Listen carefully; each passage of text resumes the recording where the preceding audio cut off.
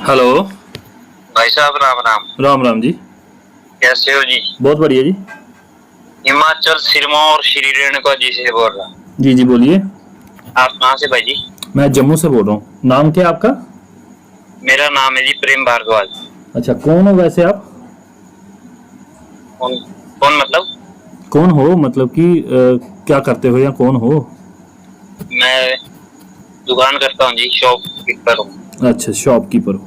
तो शॉपकीपर हो आप, और नाम क्या बताया आपने अपना? प्रेम भारद्वाज। तो प्रेम भारद्वाज जी, मैं एक बात पूछना चाहता हूँ, आप प्रेम भारद्वाज बोल रहे हैं या आपके अंदर घुस के कोई प्रेम भारद्वाज बोल रहा है? भाई साहब मेरा देखा नहीं आपने उस पे नहीं नहीं फेसबुक नहीं, मैं ये पूछ रहा हूँ कि आप स्वयं ही बोल रहे हैं या आपके शरीर के अंदर कोई प्रेम भारद्वाज प्रवेश कर गया है इस वक्त? प्रवेश कर गया मतलब? कोई बाहर से कोई और प्रेम भारद्वाज हो, वो आपके शरीर के अंदर प्रवेश करके बोल रहा हो, या आप खुद ही बोल रहे हैं? अभी तो बहुत बड़ा नहीं भाई, जब बढ़ जाएगा तो बता देंगे। हाँ, तो अभी यानी कि आपने बताया प्रेम भारद्वाज हूं मैं, तो यानी कि अभी प्रेम भारद्वाज आप स्वयं ही है ना?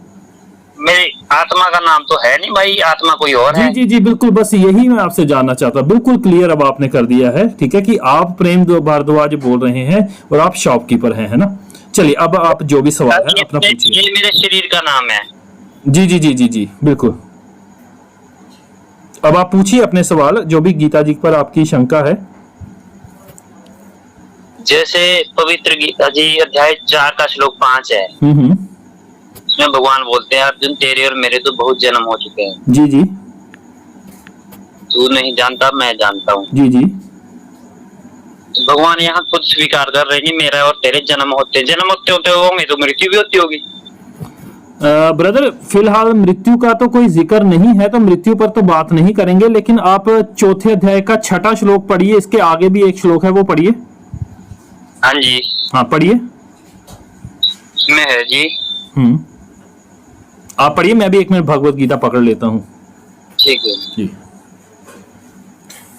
मैं अजन्मा और अविनाशी स्वरूप होते हुए एक सेकंड रुक जाइए एक सेकंड, मैं भी पकड़ लूँ ना भगवत गीता। चलिए, अब हम शुरू करते हैं। अब आप वापस से अपनी बात दोहराइए, क्या पढ़ रहे हैं आप? अध्याय 4 के श्लोक 6। हाँ पढ़िए। मैं अजन्मा और अविनाशी हाँ। स्वरूप होते हुए भी तथा समस्त प्राणियों का ईश्वर होते हुए भी अपनी प्रकृति के अधीन करके अपनी योग माया से प्रकट होता हूँ। हाँ, तो मिल गया आपको जवाब इसका? ना जी, मिला नहीं। चलो मैं समझा देता हूँ। आपने कहा कि बहुत सारे जन्म हो चुके हैं, तो भगवान के जन्म वैसे नहीं होते जैसे मनुष्यों के होते हैं, ठीक है, क्योंकि मनुष्य को दोबारा जन्म लेने के लिए मृत्यु को प्राप्त करना पड़ता है। लेकिन भगवान बता रहे हैं कि मैं अपनी योग माया से प्रकट होता हूँ। हाँ जी। ठीक है, तो जैसे सूर्य रोज ढलता भी है और रोज हमें उगता हुआ भी दिखाई देता है, लेकिन सूर्य कहीं चला जाता है क्या रोज? वही होता है ना वो। हमारे को तो दिखता है, चल भी जाता है। हाँ बस बस, समझ आ गया ना? अब तो समझ आ गई होगी आपको। ना जी, इसका एक श्लोक है दूसरे अध्याय का 17वां श्लोक। हाँ, दूसरे अध्याय का 17वां श्लोक मैंने खोल लिया, बताइए। दूसरे अध्याय का 17वां श्लोक। हाँ हाँ बोलिए। नाश रहित तो तू उसको जान जिसको ये संपूर्ण जगत दृश्य वर्ग व्याप्त है। हाँ, इसका पहले श्लोक से पढ़ना शुरू करिए। पहला श्लोक। असत वस्तु की तो सत्ता नहीं है। नहीं नहीं, स्टार्टिंग से 1 नंबर श्लोक से पढ़ना शुरू करिए इसको। दूसरे अध्याय का पहला श्लोक। संजय बोले उस प्रकार करुणा से व्याप्त और आंसुओं से पूर्ण तथा व्याकुल नेत्रों वाले शोक उस अर्जुन के प्रति भगवान मधुसूदन ने ये वचन कहा। हाँ जी। कहते हैं, हे अर्जुन, तुझे इस असमय में यह मोह किस हेतु से प्राप्त हुआ है? क्योंकि ना तो यह श्रेष्ठ पुरुषों द्वारा आचरित है, न स्वर्ग को देने वाला है, और न कीर्ति को कराने वाला ही है। हाँ जी। आगे कह रहे हैं, इसलिए हे अर्जुन, नपुंसकता को मत प्राप्त हो, तुझ में यह उचित नहीं जान पड़ते हैं। हे परंतप, हृदय की कुछ दुर्बलता को त्याग कर युद्ध के लिए खड़े हो जाओ। ठीक है, आगे कह रहे हैं, हे मधुसूदन, अर्जुन कह रहा है, मैं रणभूमि में किस प्रकार बाणों से भीष्म पितामह और द्रोणाचार्य के विरुद्ध लड़ूंगा, क्योंकि हे क्योंकि ये हे अरिसूदन वे दोनों ही पूजनीय है, इसलिए इन महाअनुभव गुरुजनों को न मारकर मैं इस लोक में भिक्षा अन्न भी खाना कल्याणकारक समझता हूं, क्योंकि गुरुजनों को मारकर भी इस लोक में रधिर से सने हुए अर्थ और काम रूप भोगों की ही मैं भोगूंगा। हम ये भी नहीं जानते कि हमारे लिए कि युद्ध करना उचित है या ना करना उचित है, इन दोनों में से कौन सा श्रेष्ठ है, अथवा यह भी नहीं जानते कि उन्हें हम जीतेंगे या हमको वह जीतेंगे, और जिनको मारकर हम जीना भी नहीं चाहते वह ही हमारे आत्मीय धृतराष्ट्र के पुत्र हमारे मुकाबले में खड़े हैं। इसलिए कायरता रूप दोष से उपहत हुए स्वभाव वाला तथा धर्म के विषय में मोहचित हुआ मैं आपसे पूछता हूं कि जो साधन निश्चित कल्याणकारक हो वह मेरे लिए कहिए, क्योंकि मैं आपका शिष्य हूं, इसलिए मैंने आपकी इसलिए आपके शरण हुए मुझको शिक्षा दीजिए। आगे कह रहा है, क्योंकि भूमि में निष्कंटक धन संपन्न राज्य और देवताओं के स्वामी पने को प्राप्त होकर भी मैं उस उपाय को नहीं देखता हूं जो मेरी इंद्रियों के सुखाने वाले शोक को दूर कर सके। तो संजय कहने लगे हैं, हे राजन, निद्रा को जीतने वाले अर्जुन अंतर्यामी श्री कृष्ण महाराज के प्रति इस प्रकार कहकर फिर श्री गोविंद भगवान से युद्ध नहीं करूंगा ये स्पष्ट कहकर चुप हो गए। उसके बाद कहते हैं, हे भरतवंशी धृतराष्ट्र, अंतर्यामी कृष्ण महाराज दोनों सेनाओं के बीच में शोक करते हुए उस अर्जुन को हंसते हुए से ये वचन बोले। आने वाला आपका 17वां, असत वस्तु की तो सत्ता ही नहीं है और सत का अभाव नहीं है, इस प्रकार इन दोनों के ही तत्वज्ञानी पुरुषों द्वारा देखा गया है। नाश रहित तो उसको जान जिससे यह संपूर्ण जगत दृश्य वर्ग व्याप्त रहता है, इस अविनाशी का विनाश करने में कोई जो है यह समर्थ नहीं है। इस नाश रहित अप्रमेय नित्य स्वरूप जीव आत्मा ये सब शरीर नाशवान कहे गए हैं, इसलिए है भरतवंशी अर्जुन तू युद्ध कर। तो भगवान यहाँ पे अर्जुन को ये समझा रहे हैं कि आत्मा का कभी नाश नहीं होता है, ठीक है, इसलिए तू शरीरों को मत देख, तू केवल अंदर आत्मा को देख और युद्ध कर। मैंने इसलिए पता क्यों इतना लंबा पढ़ा है, मैं आपको एक ही श्लोक में इसका आंसर दे सकता था, लेकिन ऐसा ना हो कि आपको कहीं पे लगे कि पता नहीं मैं आपके साथ कोई धोखा कर रहा हूं। ठीक है, ठीक है। अब आप बताइए क्या चाहते हैं, इसमें क्या सिद्ध करना चाहते हैं? विनाश करने के लिए कोई समर्थ नहीं है। हाँ, नहीं है ना, आत्मा का विनाश किया ही नहीं जा सकता। फिर गधे की आत्मा, कुत्ते की आत्मा सारी समान है। हाँ, सभी समान है। फिर भक्ति करने का क्या फायदा है? क्यों भक्ति करने का क्या फायदा है? गधे की तरह अगर जिंदगी बितानी है तो गधे की तरह रहिए, कोई बात नहीं। अगर आप गधे का जीवन जीना चाहते जिए, फिर गधा के बाद कुत्ता, घोड़ा, 84 लाख योनियां प्राप्त होती रहती है मनुष्य को। भगवान की भक्ति इसलिए प्राप्त करते हैं ताकि हमें इस जन्म मरण से मुक्ति मिल सके। तो जन्म मरण से मुक्ति मिल सके अगर ऐसा है, हाँ, तो 7वें अध्याय का 18वां श्लोक है। हाँ बोलिए, 7वें अध्याय का 18वां खोल रहा हूँ, बोलिए क्या लिखा है उसमें? पढ़ लो आप भी। नहीं, आप पढ़िए ना ब्रदर, पहले आप पढ़िए। ये सभी उदार हैं, परंतु ज्ञानी तो साक्षात मेरा स्वरूप है। हाँ हाँ बिल्कुल, ऐसा मेरा मत है। हाँ हाँ, क्योंकि वह मद भावित मन बुद्धि वाला ज्ञानी भक्त अनुत्तम गति को प्राप्त होता है। हाँ बिल्कुल होता है, स्थित रहता है। जी जी। तो अपनी भक्ति को अनुत्तम क्यों बता रहा है भगवान? कहाँ पे बताया है? बोलिए दोबारा मेरे को बताइए, ये अनुत्तम वाला कौन सा श्लोक पढ़ा आपने? 7वें अध्याय का 18वां श्लोक। 18वां श्लोक मैं अभी देखता हूँ, एक बार रुकिए।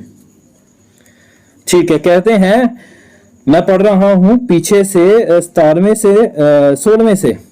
हे भरतवंशियों में श्रेष्ठ अर्जुन, उत्तम कर्म करने वाले अर्थार्थी, अर्था, जिज्ञासु और ज्ञानी, ऐसे 4 प्रकार के भक्तजन मुझको भजते हैं। उनमें नित्य मुझ में एक ही भाव से स्थित अनन्य प्रेम भक्ति वाला ज्ञानी भक्त अति उत्तम है, क्योंकि मुझको तत्व से जानने वाले ज्ञानी को मैं अत्यंत प्रिय हूं और वह ज्ञानी मुझे अत्यंत प्रिय है। ये सभी उदार हैं। कौन है सभी उदार? भक्त। परंतु ज्ञानी तो साक्षात मेरा स्वरूप है, यानी ज्ञान जो है वह भगवान का स्वरूप है, ऐसा मेरा मत है। क्योंकि वह मदगत मन बुद्धि वाला, ध्यान से सुनिए, मन बुद्धि वाला ज्ञानी भक्त अति उत्तम गति स्वरूप मुझ में ही अच्छी प्रकार से स्थित है।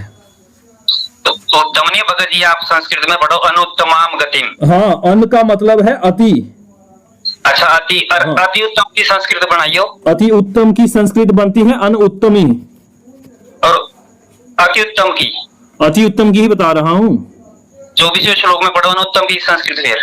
हाँ बोलिए, क्या पढ़ना चाहते हैं? पढ़ता हूँ। उदारा सर्वे एवते ज्ञानी त्वात्मेव में मतवम आस्तितः स ही युक्तात्मा मामे वानुत्तमता गतिमः। अनुत्तम, अब 24वां श्लोक पढ़ो। अरे अनुत्तम कहाँ से है? वानुत्तम लिखा हुआ है, आप अनुत्तम पढ़ेंगे इसको, एक लफ्ज काट के बीच में से अपने पास रखेंगे। जरा पढ़िए जरा, मैं भी आपका आज ज्ञान देखूं। मामे वानुत्तम लिखा है इसमें, अनुत्तम कहाँ से? अनुत्तमाम गतिम। मामे वानुत्तमाम है वो, अनुत्तम नहीं है वो।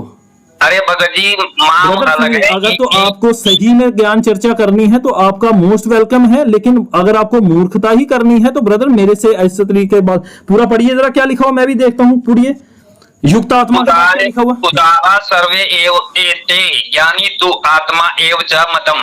हाँ, अस्तित स ही युक्त आत्मा माम एव अनुत्तमाम। माम एव है ही नहीं, मामेव है वो।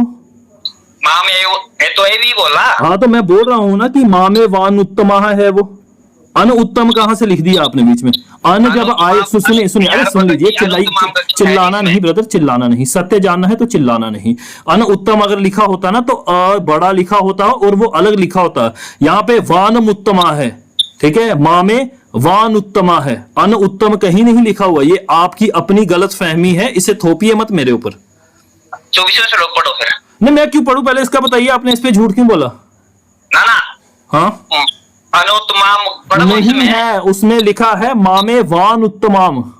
हाँ, अब 24वें में पढ़ दो, यही शब्द है, वहां अनुत्तम लिखा ही नहीं। चलिए देखते हैं 24 में कौन सा है।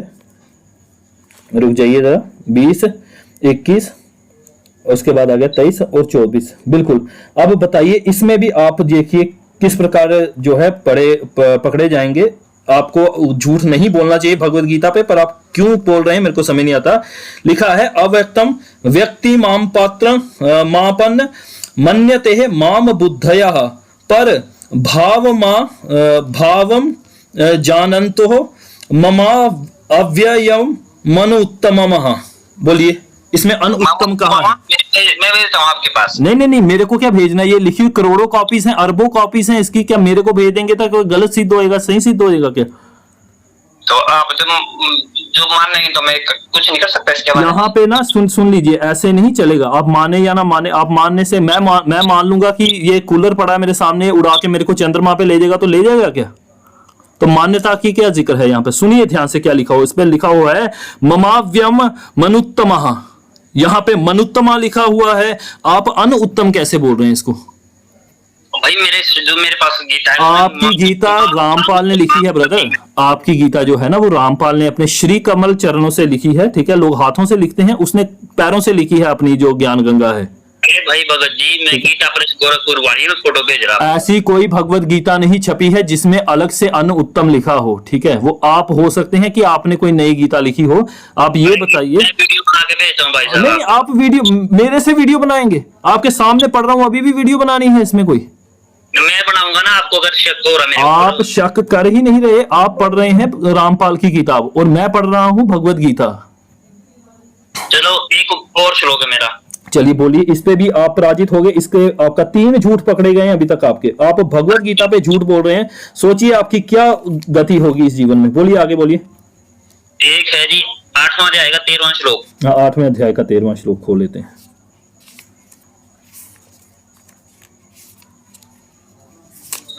लो जी, 13वां आ गया। 8वां अध्याय 2, 3, 9, 10, अच्छा 11, 12 और 13। बोलिए क्या बोलना चाहते हैं? जो पुरुष ओम इस एक अक्षर रूप ब्रह्म का उच्चारण करता हुआ और उसके अर्थ स्वरूप मुझ निर्गुण ब्रह्म का चिंतन करता हुआ शरीर को त्याग कर जाता है, वह पुरुष परम गति को प्राप्त होता है जी। तो 17वां अध्याय का 23वां श्लोक है। 7वें अध्याय का 23वां, 17वां अध्याय का 23। बोलिए, ये भी खोल लेते हैं। 17वां अध्याय है और श्लोक नंबर कितना बोला आपने? 23 नंबर। 17वां अध्याय 23वां श्लोक आ गया। एक सेकंड रुकना।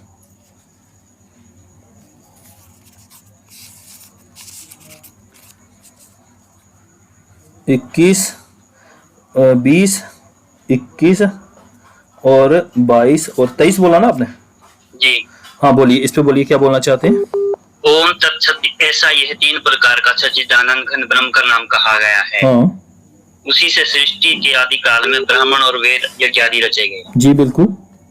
तो अब ओम तत्सत से मोक्ष संभव है या ओम से मोक्ष संभव, मैं इतना पूछना चाहता हूं। तीनों से हो सकता है, क्योंकि भगवान ने लिखा है कि ये ब्रह्म का नाम कहा गया, सच्चिदानंद घन ब्रह्म का नाम है, तीनों से मोक्ष संभव है। 1 मिनट बात सुनो। वहाँ सच्चिदानंद घन ब्रह्म नहीं है, वहाँ सिर्फ ब्रह्म है। आप झूठ बोल रहे हैं। मैं जो हमारी बात अगर कोई सुनेगा ना तो वो भगवत गीता खुद खोल के देख लेगा, ठीक है? लिखा है ओम तत्सत, ऐसे यह 3 प्रकार का सच्चिदानंद घन ब्रह्म का नाम है। जी हाँ नाम कहा है। हाँ नाम कहा है। उसी से सृष्टि के आदि काल में ब्राह्मण और वेद यज्ञ आदि रचे गए। जी बिल्कुल ऐसा ही है, बिल्कुल सही बोला आपने। तो वहाँ सिर्फ ब्रह्म है ना। 8वें अध्याय के 13वें श्लोक में ब्रह्म खाली है। 8वें अध्याय के 13वां श्लोक, हाँ उसमें खाली सच्चिदानंद घन ब्रह्म नहीं है, सिर्फ ब्रह्म है। हाँ बिल्कुल। तब वहां पे उसका नाम नहीं दिखाया गया, सच्चिदानंद घन उनका नाम है, ठीक है? नाम नहीं दिखाया गया। वहां पे जो उपाधि है ब्रह्म की केवल वही दिखाई गई है। फिर यहाँ से बोलते हैं ना भगवान, मेरा केवल ओम अक्षर है। नहीं, ऐसा कहाँ पे लिखा है आपने? केवल कहाँ पढ़ा आपने? जो पुरुष ओम, इस एक अक्षर का। हाँ एक अक्षर ही है ना ओम में। जी हाँ तो केवल कहाँ पे है इसमें? सुन लो भी। हाँ बोलिए। अक्षर रूप ब्रह्म का उच्चारण करता है। यहाँ ब्रह्म आ गया ना। हाँ बिल्कुल। उच्चारण करता हुआ उसके अर्थ स्वरूप निर्गुण ब्रह्म का चिंतन करता हुआ शरीर को त्यागेगा। नहीं बिल्कुल नहीं, आपने एक वर्ड खा लिया बीच में से, दोबारा पढ़िए जरा। तो मैंने थोड़ा फास्ट पढ़ लिया। हाँ हाँ, जो पुरुष से पढ़िए। जो पुरुष ओम इस एक अक्षर रूप ब्रह्म को उच्चारण करता हुआ और उसके अर्थ स्वरूप मुझ निर्गुण ब्रह्म का चिंतन करता हुआ शरीर को त्याग कर जाता है, वह पुरुष परम गति को प्राप्त होता है। बिल्कुल 100% सही कहा आपने। अब बोलिए तो क्या? हाँ? से कौन सी गति मिलेगी फिर? गति क्या है? गति उत्तम गति मोक्ष ही होती है, और कोई गति नहीं होती उत्तम। मैं समझ तो गया भाई जी। मैं ये पूछना चाह रहा हूँ भाई, फिर ओम जब है तो ओम तत्सत की क्या आवश्यकता पड़ेगी? ओम तत्सत की बिल्कुल सही पूछा। ओम का अर्थ है, भगवान ने अपना नाम बताया ना। हाँ जी ठीक है। ओम तत् का मतलब है आप, और सत का मतलब है अविनाशी या सत्य, ठीक है?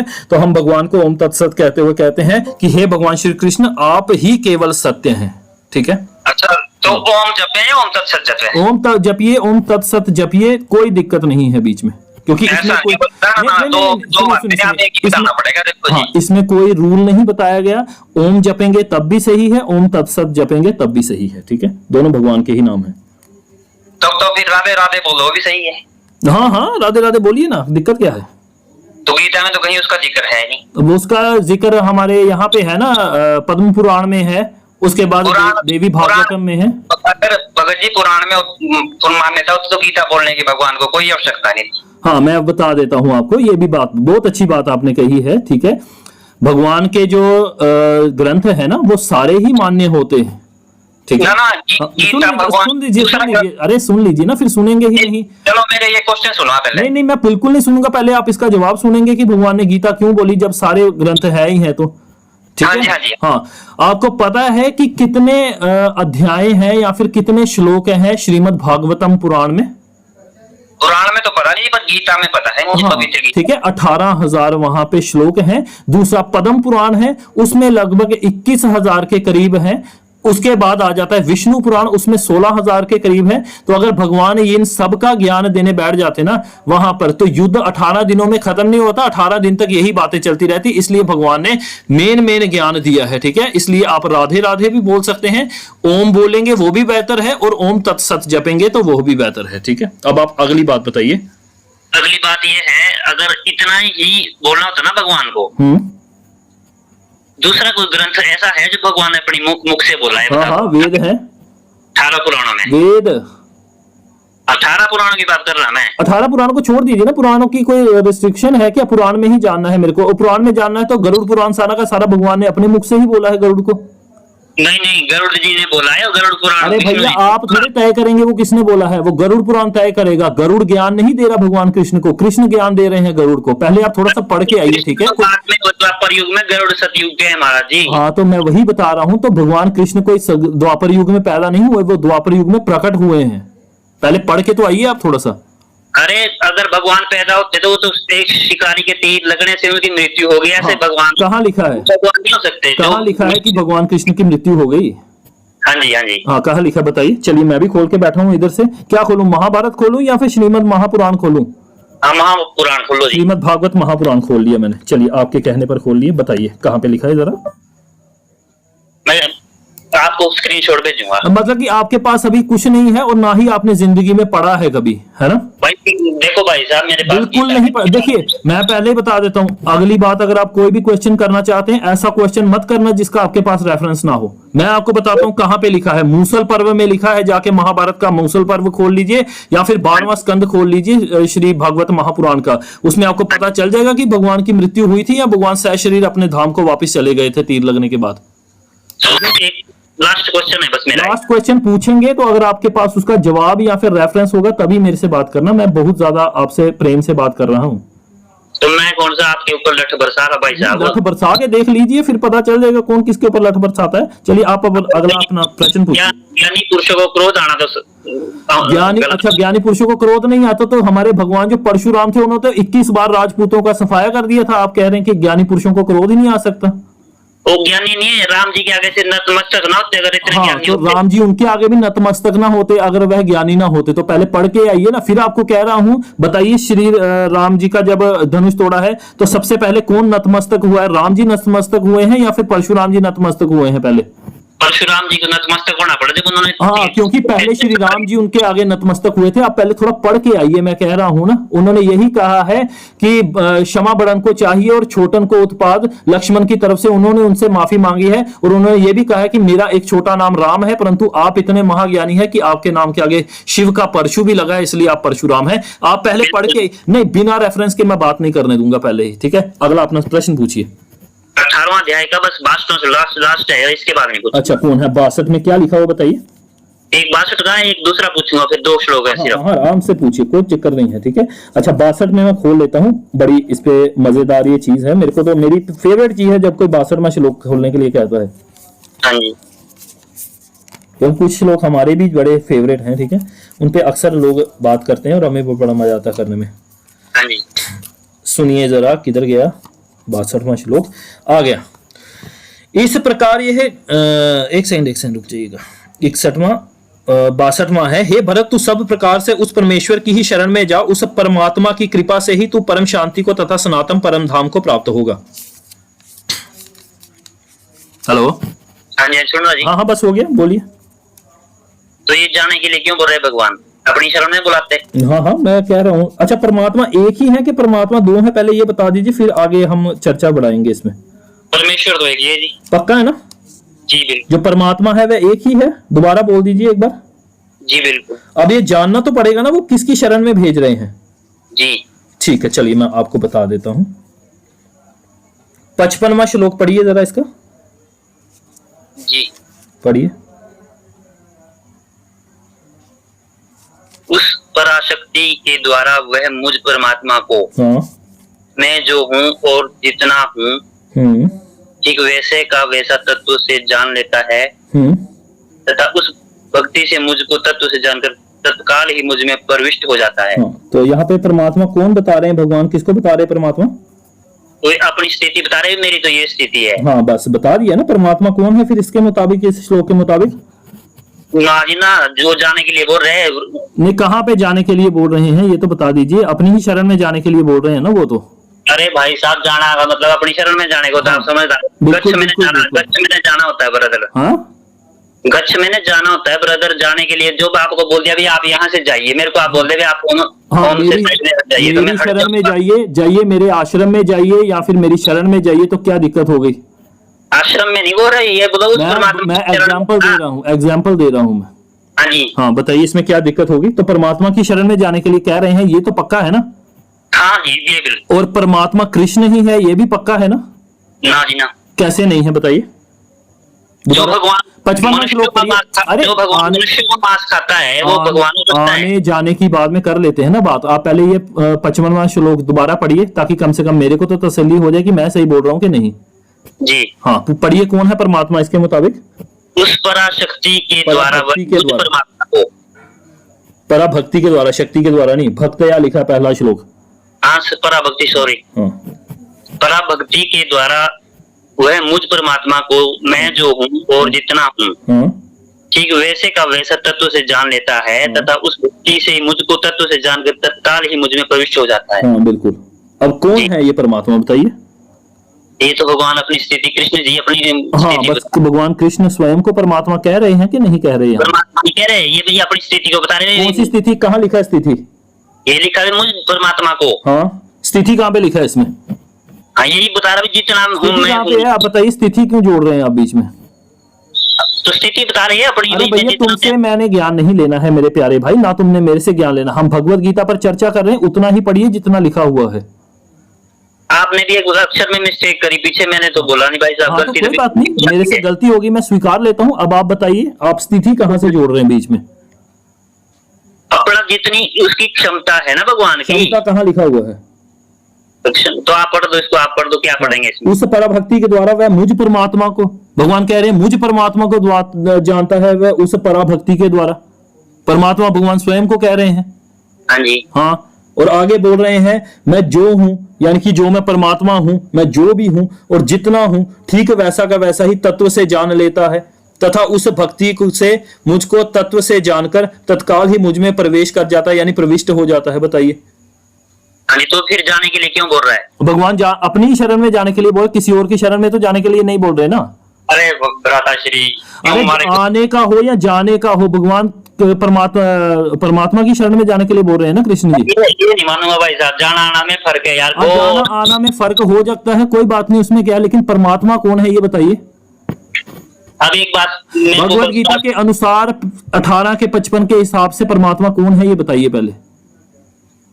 वहाँ भगवान अर्जुन को भगवान कृष्ण बोल रहे मैं परमात्मा। हाँ, बस इतनी बात हो गई ना, क्लियर, खत्म है ना, ये तो खत्म है ना, परमात्मा वही है। अब भगवान अर्जुन को बोल रहे हैं ना कि जा मेरी शरण में जा, तो शरण क्या है? शरण है, सुन अरे सुन लीजिए यार, मेरी बात सुनेंगे कि उनकी शरण है पराभक्ति। शरण में जा, उसकी कृपा से तू परम शांति। बिल्कुल। और परमात्मा कौन है? मेरी कृपा से तू परम शांति को प्राप्त हो जाएगा। हाँ हाँ, तो परमात्मा कौन है? कोई अलग है क्या? दूसरा है कोई भगवत गीता के अनुसार परमात्मा? अब 15 अध्याय के 4थे श्लोक में पढ़ लो, बोलते हैं मैं भी उस परमात्मा की शरण में हूँ। अच्छा ठीक है, चलिए देख लेते हैं 15 का 4था।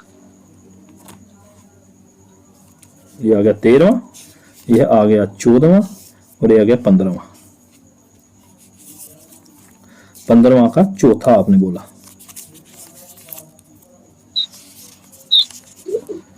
लो जी, चौथा लिखा हुआ है। उसके पश्चात उस परम पद रूप परमेश्वर की भली भांति खोजना चाहिए, भली भांति खोजना चाहिए, जिसमें गए हुए पुरुष फिर लौटकर संसार में नहीं आते और जिस परमेश्वर से इस पुरातन संसार वृक्ष की प्रवृत्ति विस्तार को प्राप्त हुई है, उसी आदि पुरुष नारायण के मैं शरण हूं। इस प्रकार दृढ़ निश्चय करके उस परमेश्वर का मनन और निधि ध्यासन करना चाहिए। तो भगवान तो बता रहे हैं कि किस प्रकार से उनका निधि ध्यासन होगा जी। ऐसा हमें कहना चाहिए भक्तों को। अच्छा, अपने लिए बोल रहे भैया? हाँ, कहाँ बोल रहे हैं अपने लिए, वही पूछ रहा हूँ मैं। मतलब यहाँ तो बोल रहे हैं अपने लिए। हाँ हाँ, लेकिन वहां तो जाने के लिए बोल रहे हैं ना। हाँ, तो कोई बात नहीं, उनकी शरण भक्ति है और कौन सी शरण है उनकी दूसरी? नहीं भ्राताश्री, आप इस श्लोक का सही उत्तर दे दें, मैं मान जाऊं। सही इसका उत्तर दे दिया है। भगवान अपनी ही शरण में जाने के लिए कह रहे हैं, और क्योंकि अर्जुन नहीं सुन रहा है, अर्जुन के अलावा बाकी भी सारे सुन रहे हैं। अगर भगवान कहते कि मेरी शरण में आ जा, तो केवल उसी क्षण के लिए होता जब तक भगवान इस धरती पर हैं। अब भगवान इस धरती पर नहीं है, वह कण कण में परमात्मा के रूप में समाये हुए हैं, तो हम कहां जाएंगे, कहां ढूंढेंगे कृष्ण जी को जाकर? भगवत गीता का ज्ञान केवल अर्जुन के लिए नहीं है, समस्त संसार के लिए, पूरी सृष्टि के लिए है। इसलिए भगवान ने उसको बोला है कि मेरी शरण में जाओ। भगत जी एक बात बताओ आप। हाँ बोलो। जहां जाने के लिए बोलेगा वहां तो जाना ही होगा, आना तो हाँ, बिल्कुल नहीं होगा, वही तो मैं बता रहा हूँ। आप बाकी श्लोकों से मैं सहमत हूँ आपके, पर मैं 18वें अध्याय के 62 श्लोक से बिल्कुल सहमत नहीं हूँ। हाँ नहीं, मैं बिल्कुल सहमत हूँ और मैंने आपको समझा भी दिया है बिल्कुल आपके होने से भगवत गीता का ज्ञान केवल अर्जुन के लिए नहीं है। भगत जी, हाँ हाँ, आप तो शंका निवारण, लेकिन शंका जिसकी नहीं है उसकी तो निवारण होनी चाहिए, मेरी तो हुई नहीं ना। मैं कहता हूँ कि भैया 2 और 2 कितने होते हैं बताइए। तो आपको ही पता है, मैं क्या बताऊँ। नहीं नहीं, 2 और 2 कितने होते हैं ये तो बताइए। बस एक श्लोक पूछ लो आपसे, मैं 2 और 2 कितने होते हैं सिर्फ ये पूछ रहा हूँ, पहले ये बताइए। एक श्लोक है, अगर आप बता सकते हैं तो भी बता दो। नहीं, अगर आपको कॉल काटनी है तो कट दीजिए, जब तक आप मेरा प्रश्न का उत्तर नहीं देंगे तब तक मैं आपकी बात नहीं सुनूंगा। तो मैंने करके मैं तो काटूंगा नहीं, मैं तो आपसे सीखने के लिए मैं भी आपसे सीखने के लिए बैठा हूँ। 2 और 2 4 होते हैं कि नहीं होते हैं?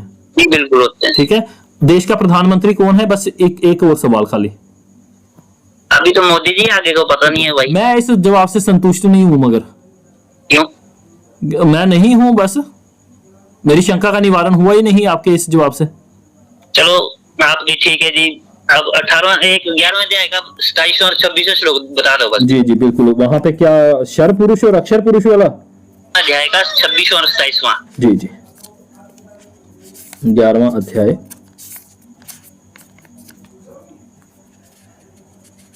26वां और 27वां। चला आजा भाई सामने, 26 27।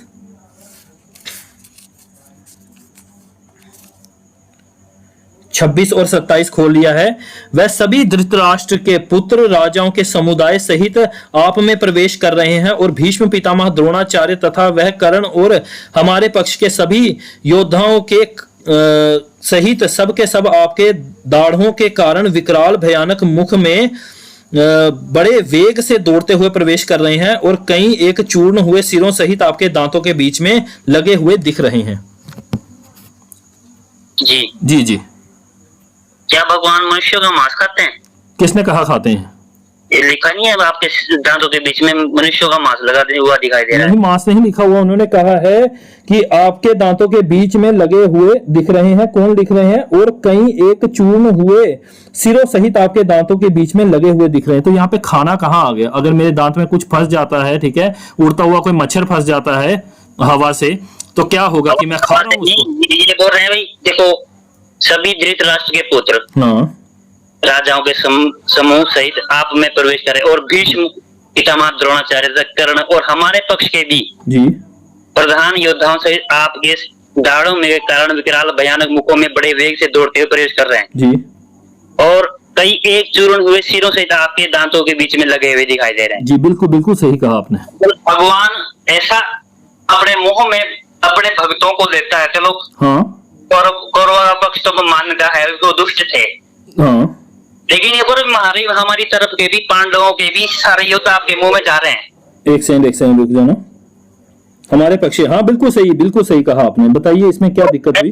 दिक्कत ये है वैसे भगवान को मैं भगवान नहीं मान सकता। क्यों नहीं मान सकते? क्योंकि जो मनुष्यों का मांस खाता है वो भगवान कहाँ पे लिखा हुआ मांस खाने के बारे में? लिखा तो चूर्ण हुए सिरों सहित आपके हाँ, तो मुंह मैं वही तो समझा रहा हूँ, वो खुद उनके मुंह में प्रवेश कर रहे हैं, भगवान खा रहे हैं उनको। प्रवेश कर रहे हैं, हाँ। उनके मुंह में प्रवेश कर रहे हैं, कई दांतों के बीच में फंसे हुए दिख रहे हैं। बिल्कुल 100%। मैं भी जाता हूँ, कभी हेलमेट नहीं पहनी होती है, मोटरसाइकिल पे जा रहा हूँ, कोई उबासी आ गई या फिर कोई मुंह खुला रह गया तो बीच में कोई छोटा मोटा मच्छर घुस जाता है, तो क्या हो गया कि मैं मांस खाता हूँ? उसका मतलब है एक मच्छर नहीं घुसा है तो सारे इस मुंह घुस रहा। हाँ, तो क्योंकि भगवान है भी तो इतने बड़े हैं ना, हम है भी इतने छोटे से, तो मेरे मुंह में एक मच्छर घुसा। भगवान इतने डरावने हैं तो ऐसे भगवान को दूर से प्रणाम भैया। हाँ, बस आप दूर से प्रणाम कर दीजिए, हम उन्हें करीब से दंडवत प्रणाम करते हैं। दंडवत प्रणाम करने को तो मना किया भगवान ने। कहाँ पे मना किया बताइए? 18वें अध्याय के 18वें अध्याय के 65वें श्लोक में। 65वें श्लोक में? चलिए मैं देखता हूँ दंडवत प्रणाम करने से कहाँ मना किया है। 65वें बोला ना आपने? जी बिल्कुल। ये आ गया आपका 68, 66 और 65। हे अर्जुन, तू मुझ में मन वाला हो, मेरा भक्त बन, मेरा पूजन करने वाला हो और मुझको प्रणाम कर। ऐसा करने से तो मुझी को प्राप्त होगा, यह मैं तुझसे सत्य प्रतिज्ञा करता हूँ, क्योंकि तू मेरा अत्यंत प्रिय मित्र है। जी, यहाँ प्रणाम करने को बोला, दंडवत प्रणाम करने को नहीं बोला। यहाँ पे दंडवत प्रणाम करने को मना कहा है। बिल्कुल, चौथे अध्याय के 34वें श्लोक में बोला भी उस संत को करिए दंडवत प्रणाम, मुझे नहीं करना। नहीं, कहाँ पे लिखा? चौथे अध्याय के कौन से श्लोक में? देखिए एक और झूठ आपका पड़ रहा है। चौथे अध्याय के कौन से? 34वें श्लोक में। चौथा का 34। रुकिए, ये भी मैं आपके लिए खोल देता हूँ। चौथे का 34 आ गया भाई, एक सेकंड रुकिएगा।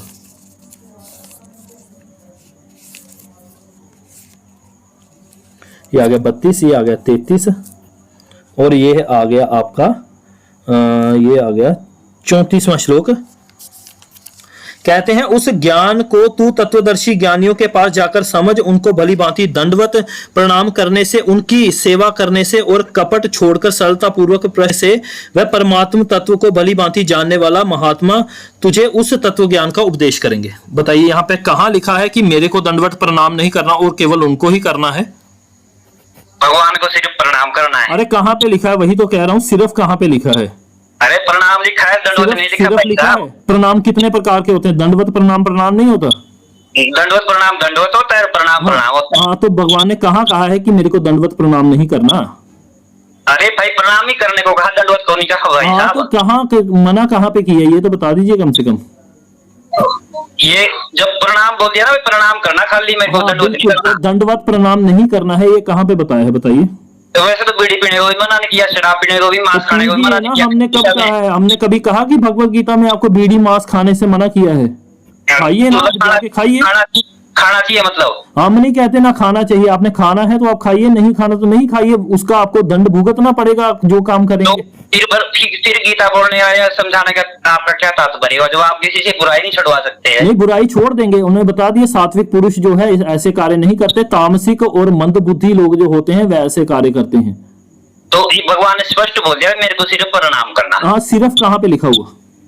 तो भली बात दंडवत प्रणाम गुरु को करना। हाँ बिल्कुल। तो जितना बोल उतना ही करेंगे या उससे आगे भी करना शुरू कर देंगे? मैं कह रहा हूँ कि मना कहाँ पे किया ये तो बता दीजिए। मना तो भाई परिस्त्री गमन के लिए भी नहीं किया गीता में कहीं। अच्छा, तो ब्रह्मचार्य के लिए नहीं कहा गया चौथे अध्याय में? ब्रह्मचार्य क्या होता है? ब्रह्मचार्य क्या होता है आप बताओ। ब्रह्मचार्य होता है कि किसी भी स्त्री के प्रति जो है दुष्ट भाव नहीं रखना है, ठीक है, और अपने जो हमारे अंदर जो दिव्य वीर्य है उसकी रक्षा करना, यही ब्रह्मचार्य है। तो कृष्ण जी के तो 16,108 रानियां थी। हाँ तो थी 16,000 क्या 16 करोड़ भी हो सकती हैं, उसमें क्या दिक्कत हुई आपको? तो ब्रह्मचर्य कहाँ रह गया उनका फिर? तो आपको किसने कहा कि उन्होंने अपना ब्रह्मचार्य भंग किया है? ब्रह्म भंग नहीं किया मैंने, कहा भंग किया मैंने कब कहा? हाँ, तो फिर आप 16,000 का क्यों लेके आए बीच में? इसलिए आया कि उनकी पत्नियां तो भी रहती है जब आप उनके साथ। हाँ हाँ, उनके साथ 16,000 छोड़ के 16 करोड़ भी रह सकती हैं, क्योंकि परमात्मा है। बिल्कुल जी। हाँ, पर उसको मैं परमात्मा नहीं मान सकता ब्रदर। जो अरे यार, आपको तो हमने भगवत गीता को भी मानने को नहीं कहा, आप मान क्यों रहे हैं पहले ये बताइए? आप तो मौलाना है ना, आप तो रामपाल के साथ मौलाना है ना। मैं तो गीता के अनुसार भगवान को करूंगा प्रणाम। हाँ तो ठीक है, तो आप कह रहे हैं मैं कृष्ण को परमात्मा मानूंगा ही नहीं? ना भगवान को करूंगा प्रणाम और चतुर्दशी संत को करूंगा। आपकी मैंने पूछा है आप किसको प्रणाम करेंगे, किसको दंडवत करेंगे? आपसे मैंने कोई आपकी सलाह मांगी है? आप बताइए, मैंने कब आपकी सलाह मांगी? गीता के अनुसार चलूंगा, आप चलो ना चलो। हाँ बिल्कुल, तो भगवान ने कहीं भी दंडवत प्रणाम करने के लिए मना नहीं किया है, इसलिए हम दंडवत भी करेंगे, हम हर एक प्रकार का प्रणाम करेंगे। अगर 1000 किस्म के तो हम 1000 किस्म के भी करेंगे। कर सकते हैं ब्रदर। हाँ ठीक है, तो आपसे मैंने नहीं पूछा कि आप क्या करेंगे या क्या नहीं करेंगे। हमने तो करना भाई साहब गीता के अनुसार। आपसे 100% करिए ना, मेरे को क्यों सुना रहे हैं ये? मैं इसलिए सुना रहा हूँ क्योंकि हम तो पवित्र गीता के अनुसार चलेंगे। हम करें तो भगवान चलिए ना, आपको मना किया है मैंने नहीं चलने से, मेरे को क्यों सुना रहे हैं ये तो बता दीजिए। मैं इसीलिए बोल रहा हूँ कि आप गीता के अनुसार नहीं चल रहे। कैसे नहीं चल रहे बताइए? आप बोल रहे मेरा दंडवत करूंगा, जब प्रणाम करने के बाद कहाँ दंडवत मना कैसे किया भगवान ने दंडवत प्रणाम करने से? वही तो कह रहा हूँ। तो प्रणाम करने के वो खुद बोलते हैं मेरे को दंडवत कर भाई। हाँ, तो उन्होंने तो ये भी नहीं बोला है कि गुरु को प्रणाम करिए, उन्होंने तो गुरु को दंडवत कह दिया है। तो क्या गुरु को हाथ जोड़ दूंगा तो गीता के खिलाफ हो जाऊंगा मैं? बिल्कुल जी, आप दंडवत करना पड़ेगा। नहीं, मैं बोल रहा हूँ कहीं ऐसा कोई रूल लिखा ही नहीं हुआ, कहीं रूल नहीं है। देखिए, अगर आपको सही से बात करनी है ना तो प्रमाण के साथ बात कीजिए, ऐसे मेरे को अपनी सरदर्दी में मत उलझाइए, ठीक है? आप बताइए कहाँ पे लिखा हुआ है कि भगवान को दंडवत प्रणाम नहीं किया जा सकता? मैं तो दिखा दिया भाई साहब आपका। कहाँ पे? मैं दोबारा पढ़ लेता हूँ, बोलिए बताइए कहाँ पे पढ़ा आपने? 18 के 65 में? 18 का 65वां, ठीक है, एक सेकंड रुकिए, मैं दोबारा पढ़ता हूँ। उसमें कहाँ पे लिखा हो दंडवत प्रणाम नहीं करना चाहिए? हाँ, मैं देख रहा हूँ ना वहीं कहाँ पे लिखा हो कि दंडवत प्रणाम नहीं कर सकते भगवान को, वही तो देख रहा हूँ मैं। सिर्फ कहाँ पे लिखा है मैं ये भी देख लेता हूँ आपके लिए। अभी ये आ गया आपका हाँ, लिखा है कि हे अर्जुन, तू मुझ में मन वाला हो और मेरा भक्त बन, मेरा पूजन करने वाला हो और मुझको प्रणाम कर। ऐसा करने से तू मुझे ही प्राप्त होगा। ये मैं तुझसे सत्य प्रतिज्ञा करता हूं, क्योंकि तू मेरा अत्यंत प्रिय मित्र है। यहाँ पे सिर्फ प्रणाम कहाँ पे लिखा है? हेलो, सुन रहे हैं भाई?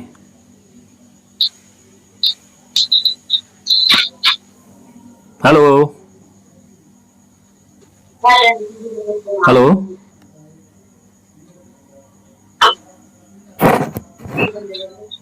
हेलो, सुन पा रहे हैं भाई मेरे को?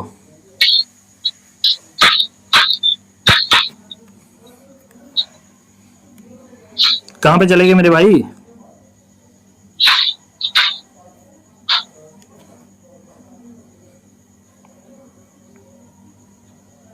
अरे भाई, टाइम पास कर रहे हैं क्या?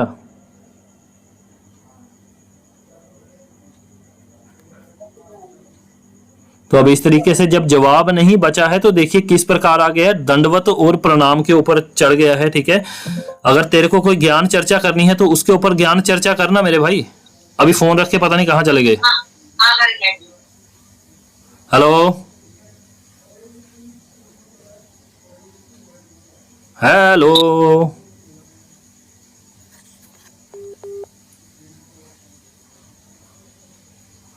हेलो,